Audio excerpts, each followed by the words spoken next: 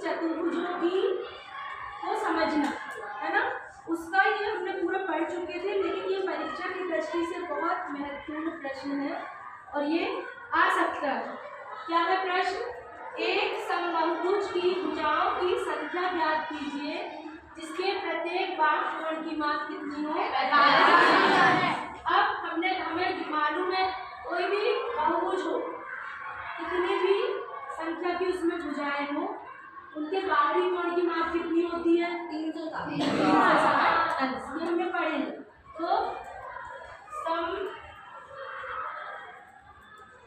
समबाहुभुज के सभी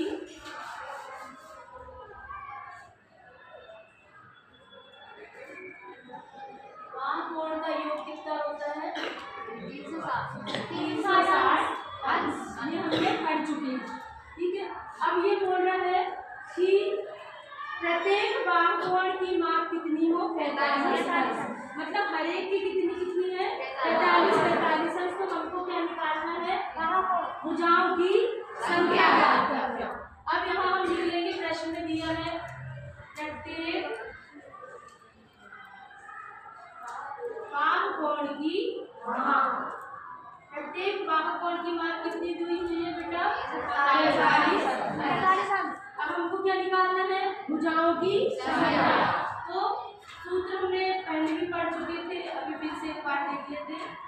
समबाहुभुज में भुजाओं की संख्या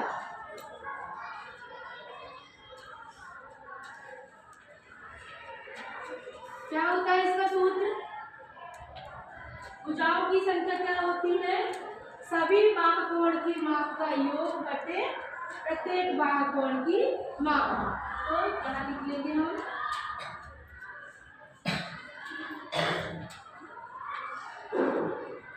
बाहुकोणों का योग, बाहुकोणों का योग बटे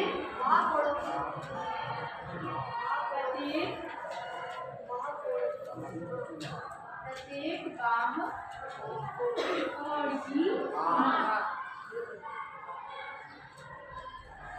देखिए बाहुकोणों का योग कितना था? 360 और प्रत्येक बाहुकोण की माप कितनी है? 45। हर एक जो बाहर जो कोण बनता है सब में कितने अंश का बनता है? 45 अंश। अब हम इससे काट देंगे 9 से, है ना, 9 का 45, 9 चौके 36, ठीक है, 9 चौके 36 और एक शून्य था वो आ गया, ठीक है। अब कट रहा है क्या?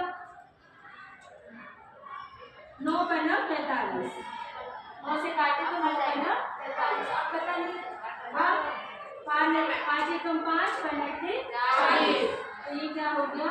8, ठीक है। तो यहाँ पे भुजाओं की संख्या कितनी हो गई?